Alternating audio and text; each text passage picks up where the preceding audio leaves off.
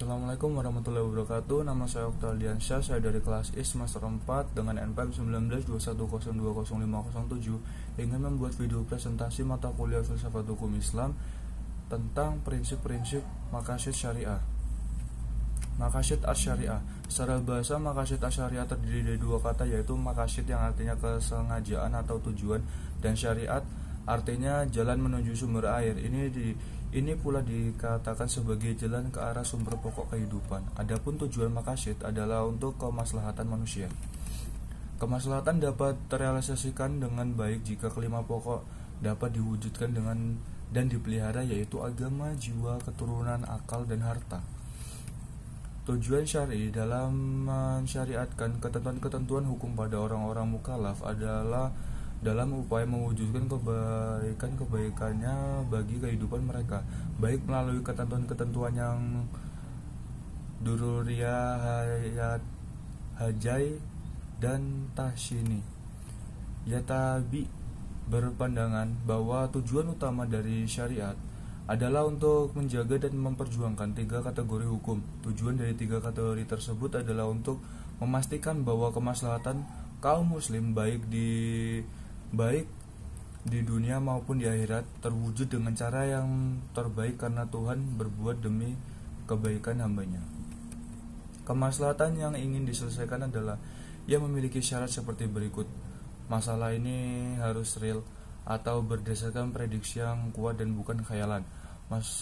Maslahat yang ingin diwujudkan harus benar-benar dapat diterima akal, harus sesuai dengan tujuan syariat secara umum, dan tidak bertentangan dengan prinsip umum syariat, mendukung realisasi masyarakat dzurriyyah atau menghilangkan kesulitan yang berasal dari yang berat dalam beragama. Adalah manfaat mempelajari maqasid asy-syariah ialah sebagai berikut: mengungkapkan tujuan, alasan, dan hikmah tasyri' baik yang umum maupun khusus, mengesahkan karakteristik Islam yang sesuai dengan tiap zaman, membuat ulama beristihad dalam bingkai tujuan syariat Islam, mempersempit perselisihan dan tasbub di antara pengikut mazhab fikih. Pelengkap maqasid ad-dzurriyyah. Ketika Tuhan mengisyaratkan sholat untuk menegakkan dan memelihara unsur agama, syar'i memerintahkan agar sholat itu dikumandangkan dengan azan sesudah masuk waktu dan dikerjakan dengan berjamaah sebagai kelengkapannya. Pelengkap maqasid hajiyat.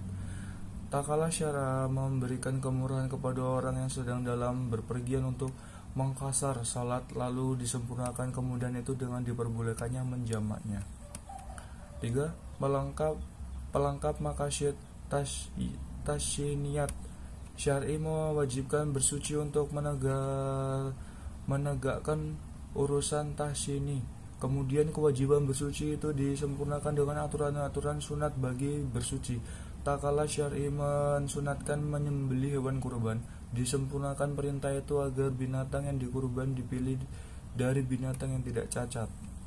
Sebagaimana dijelaskan dengan berulang kali bahwa tujuan bukan hukum perundang-undangan ialah untuk mewujudkan kemaslahatan dan menolak kemudaratan bagi manusia. Maksud tersebut dapat terwujud karena perintah dan kewajiban syariat dilakukan dengan sebaik-baiknya dan diuji dengan segala larangannya. Pengetahuan dan pemahaman yang benar mengenai sebab-sebab perintah itu dikeluarkan menjadi pendukung utama untuk mentaati perintah syariat. Karena sebab-sebab syariat dikeluarkan selalu mengikuti status hukum musabahnya. Artinya jika suatu hukum musabahnya adalah wajib, maka wajib pula hukum sebab yang terjadi di perantaranya. Tidak ada bedanya dengan perintah-perintah syariat, larangan-larangan dan mempunyai perantara-perantara yang mengatur pada perbuatan itu terlarang. Tidak logis apabila suatu perbuatan dilarang sedangkan perantaranya diperbolehkan. Oleh karena itu, perantara dari suatu larangan yang kuat seharusnya mengikuti status hukum yang diperintahkannya, yakni terlarang juga. Berdasarkan ketentuan tersebut muncullah dua kaidah yang penting, yakni 1. Sesuatu yang menjadikan kewajiban sempurna karena wajib adanya. 2. Menutup jalan menuju ke perbuatan terlarang. Baik, sekian video yang dapat saya sampaikan, kurang lebihnya saya minta maaf. Wabillahi taufiq wal hidayah. Wassalamualaikum warahmatullahi wabarakatuh.